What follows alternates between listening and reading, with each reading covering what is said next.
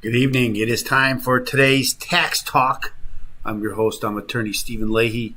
Lots of changes going on in Congress. They're trying to pass these bills, but I believe that it's the Constitution standing in their way. Let's talk about it. Won't you join us?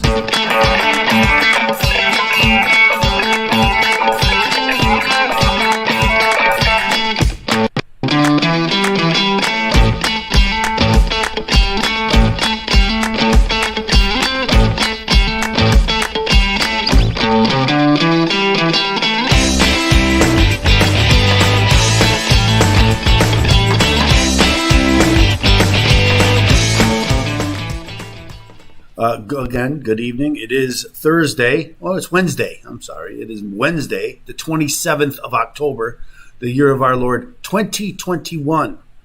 And again, lots going on in Congress trying to pass this bill, the Reconciliation Act, and all the other bills there isn't the other bill that's out there and they need the money to pay for it.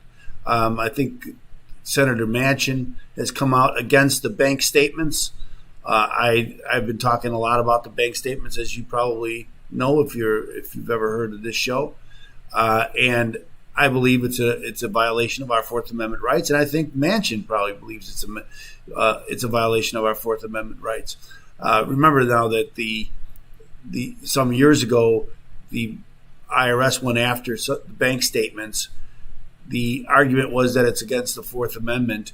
They being the Supreme Court, surprisingly found that it wasn't a Fourth Amendment right because a third party held these records. And very quickly in response, Congress enacted the Right to Financial Privacy Act, and that protected us from the IRS. Again, I still think it's a Fourth Amendment right. There's been some evolution of the United States Supreme Court opinions on this. A recent opinion about cell phone records found that it was a violation, even though a third party had it. So I think that argument still holds water and still could stand in the way. But whether the Supreme Court agrees with me or not, it's a constitutional principle of our right to privacy and our right to and we're going to talk about the Fourth Amendment because I believe that's what it. So when that bank record bill cannot be included in the bill any longer, at least according to Manchin and others, the Congress has turned to the wealth tax, and the wealth tax is supposedly for only the very wealthy to pay, not on their incomes, but on the increase in value of their assets, and so this is where they want to get the money now. I believe also that this is also a violation of the Constitution. The Constitution forbid taxing like this. They did carve out a niche in the 16th Amendment, which allowed income taxes. And so we'll talk a little bit about the 16th Amendment. But I don't believe the wealth tax comports with the Constitution nor the 16th Amendment. And of course, they are arguing that it does, and of course they have to. If you are trying to fundamentally change America, this is why our Constitution is so powerful, and I would say it was discovered and not created, kind of like baseball, right? It's such a perfect match, and chess. These three things, I think, were created by the gods, in my opinion, because they're so perfectly together, and the Bible. Well, those four things, and but again, this is what's standing in the way. These principles are standing in the way of these fundamental changes to America, rightfully so, in my mind. And again, I know there's people that disagree with me, and I think a disagreement's fine, and we can argue these constitutional principles. But let's first go to the news, and we'll talk about I should have probably put up my Constitution flag and slide. We the people. Should have put that up while I was talking about the Constitution. Okay, so let's go to the stories today. Okay, so the first story is Democrats hammer out novel plan to tax billionaires and corporate giants. Now, this is not a new plan. They've been talking about this. Nancy Pelosi, the progressive, has been talking about a wealth tax going back to the income tax. They've been talking about this. And so this is not new, but I wanted to kind of review this. New proposals would fund social and climate programs. And then this is the fundamental change of America. By tapping billionaires' unrealized gains and by ensuring that the biggest companies cannot avoid income tax altogether. And so they're planning, and we talked about this on the show, about them planning a 15% tax, not on taxable income, but on reportable income, the way that the corporations report it to shareholders. And so that's a different standard. And so now the Congress is going to say, well, we're going to use that standard. And using that standard, you have to pay at least 15% on that standard. Of course, that's a whole different number and a whole different standard arrived at a whole different way. So they're rewriting the tax statute without rewriting the tax statute. What we're dealing with here are flagrant loopholes in the tax code, said Senator Ron, Democrat of Oregon, and the chairman of. They're legal, but I'm going to close them. First, luckily, he doesn't have the authority to close them by himself. It has to pass. There's a very tight race. As we all know, the Senate's 50-50, and there's only one, and the Congress is within 5. Democrats have a very narrow majority there. And so these fundamental changes are not widely accepted. I know Bernie Sanders said, we need 50. We only have 49. Actually, you don't have 49. There was only one. There wasn't not only one holdout. There was the 50 other. So it was 51 to 49. That's what made. So he said one senator shouldn't hold up the other 49. But there's 51. That's what holds it up. But I wanted to also point this out. This is a story that I reported on in June from this ProPublica. The secret IRS files, trove of never-before-seen records, reveal how the wealthiest avoid income tax. We talked about this in June, and this was I believe, illegal disclosure of tax returns of some of the very wealthy in our country, and we don't know where they came from. There has been an investigation. At least it's been said that there's been an investigation about who revealed these tax returns. How did they get them? Did they come from the IRS? In my opinion, they must have come from the IRS. Who else has everybody's tax returns in one place?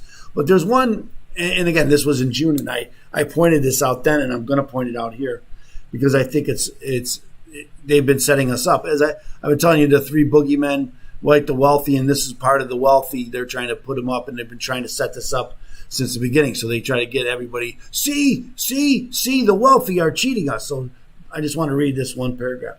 Taken together, it demolishes the cornerstone myth of the American tax system that everyone pays their fair share and the richest Americans pay the most. The IRS records show that the wealthiest can, perfectly legally, pay income taxes that are only a fraction of the hundreds of millions, if not billions, of their fortunes grow each year. So they're not talking about taxes. They're talking about the wealth tax, which is exactly what was proposed today. Many Americans live paycheck to paycheck, amassing little wealth and paying the federal government a percentage of their income that rises if they earn more.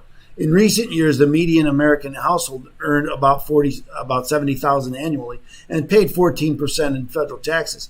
The highest income tax rate, 37%, kicked in this year for couples of earning above $628,300. The confidential tax returns contained by ProPublica show that the ultra-rich effectively sidestep the system.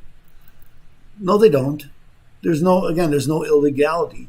They don't like that they don't get taxed on wealth, rather than these progressives don't like that.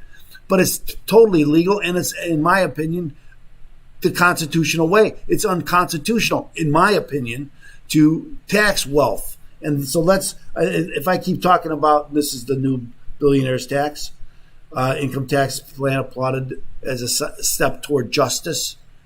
Okay, so justice for whom? It's easy to, they say there's about 700 families that would be affected by this law. So it's easy for the rest of us to turn around and say, well, we should take all their money. Not my money, but their money we should take. And, of course, that they say that we need this money to pay for these. I think there's a good summation here, so let me see if I can find it very quickly.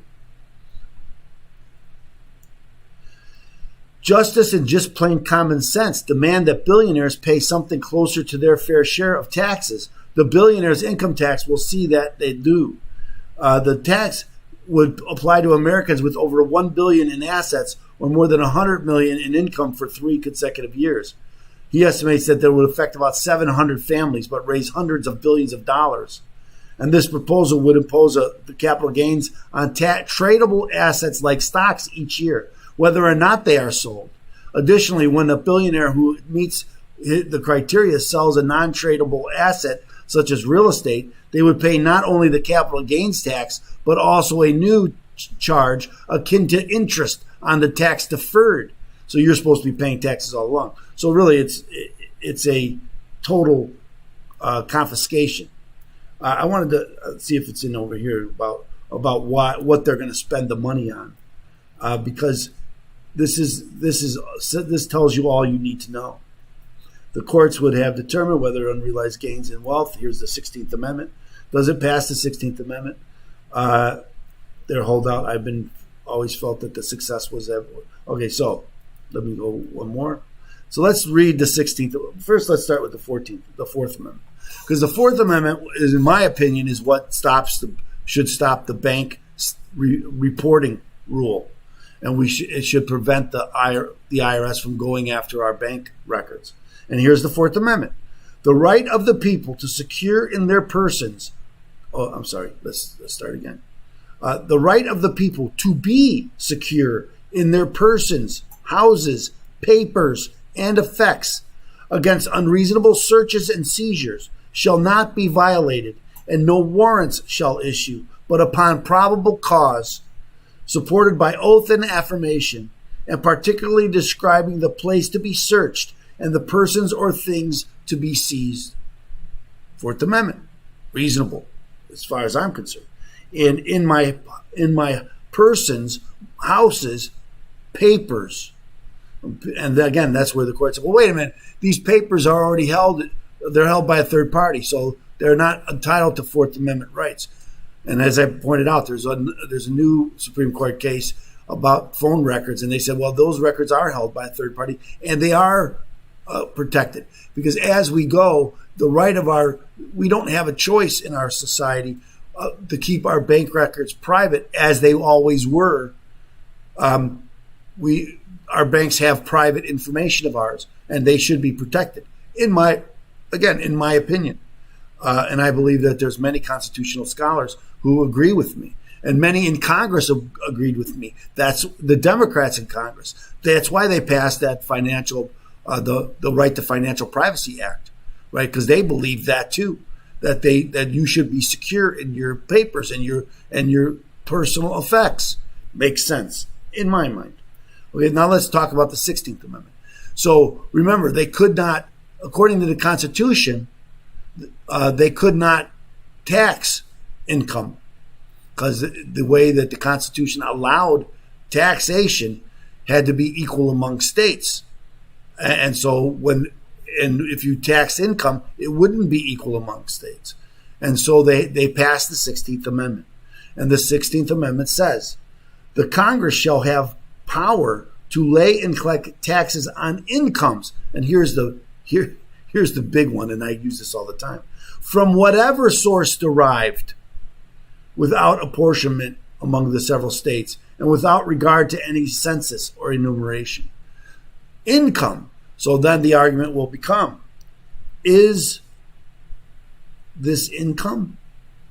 when I don't realize a gain, but the value of something goes up, is that income? And that's what they have to. That's what they have to contend in order to get this passed constitutional muster, I should say, right? So if it's gonna pass constitutional muster, well, then it better pass the 16th Amendment. So that means this has to be income, right? And again, I think the argument is I don't believe it's a strong argument. I think it's a strong argument that the Fourth Amendment should protect our bank records. We have the right to our privacy, and we should protect those rights very diligently in all areas of the law. And that's why I say the Constitution is standing in the way of the fundamental change of America. That's the function of the Constitution, to stand in the way of fundamental change of America. We kind of like America as a constitutional republic, and we want to keep it that way. We can change the Constitution, but there's steps to do that. Overriding the Constitution should not be allowed. Ignoring the Constitution should be prohibited. And rewriting it in the way we want to interpret it, rather than what it says, also should not be allowed. My own opinion. But I wanted to voice it, and I wanted to, when I saw that today about the wealth tax and again the bank records or the bank reporting being taken out of the bill, and Manchin saying that it's not going to be in the bill and it's not going to pass, and then they turned to this. Actually, I think they were going to turn to both of them. Let's remember when they passed the 16th Amendment, they were only going to tax the wealthy. Right, the income tax was not going to go on against everyday people. It was only going to be against the wealthy. It was in order to raise money. The government needed the money. It was the Progressive Act, and they needed the money, and they were only going to go after the rich. Well, we know now that the income tax is after everybody. Once you open the door, they rush right in.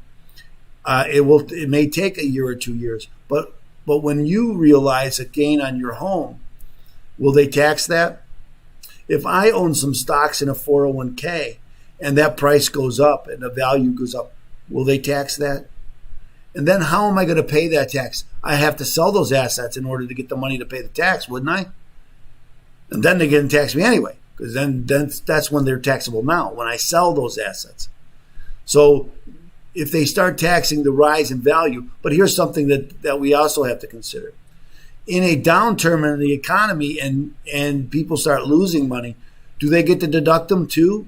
And then won't we lose a lot of tax income? Because won't that offset a lot that aren't realized losses, but they'll be able to take those losses off their income and then reduce their income tax in the future based on a bad economy? And aren't we facing a bad economy now? Don't we see a bad economy coming in the future? And will that mean that they're going to lose value in their assets and therefore avoid paying even the income tax that they pay now? Just something to think about. So that's what I'm thinking about. Again, I thank us for the Constitution. I'm glad that the Constitution can stand in the way of radical change. We don't want, if we want to change, if we want radical change, we need a strong majority to do that. That's the way our Constitution is. That's the way our republic is built, and it should be that way. You should not be able to pass these radical, in my mind, radical things with a bare majority, as I think Obamacare should not have been passed with a bare majority. You need consensus. You can't always get what you want, but you should get what you need. I know I'm the Rolling Stones. Okay, so if you're fighting the IRS, remember, fight the IRS. The first thing you got to do is get a copy of my book, Deal with Your IRS Problems Today. Go to freeirsbook.com, get a copy of the book. If you want a hard copy, pay for shipping and handling, small fee, and I'll send you a hard copy along with a bunch of free reports. If you don't want a hard copy and you're okay with a digital copy, don't put your credit card in. I'll get a notice that you signed up, and I'll give you access to the membership site so you can go see. You can read the book online PDF form in Word format. I have an audio version. We also have a video summary of each and every chapter of the book. So go to freeirsbook.com and get your copy or get your membership. Doesn't cost anything. Be happy to do that for you. Now remember, we're going to ask you to like and subscribe.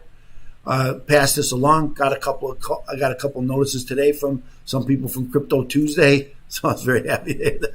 I'm always happy to answer any questions that you might have about taxes, cryptocurrency, foreclosures, bankruptcy. These kind of things are the things that I help people with, and I'll be happy to help you too.